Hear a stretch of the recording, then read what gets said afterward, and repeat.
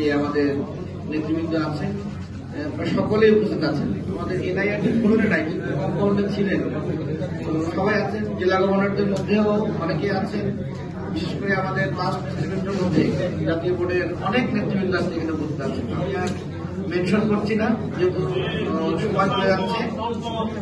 তো পটিয়া একটি ভালো ক্লাব, যেটা আমাদের বিপি বলছিলেন।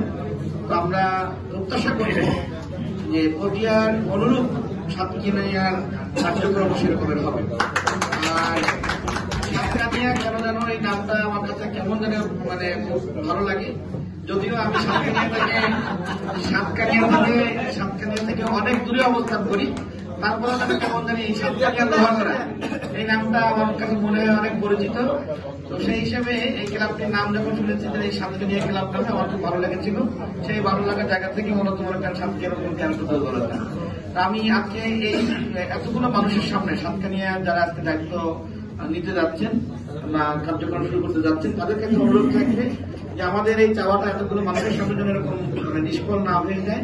এটা যাতে একটা অনন্তকালের জন্য এই ক্লাবের কার্যক্রমটা চালু থাকে, আপনারা সেভাবে একটু গোড়াপত্তন করবেন।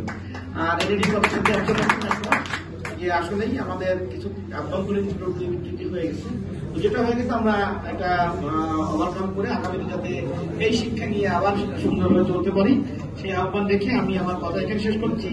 ক্লাব প্রেসিডেন্টকে ঘোষণা দিতে দিচ্ছি না, আমি একটু ঘোষণা দিয়ে দিচ্ছি আমার পক্ষ থেকে।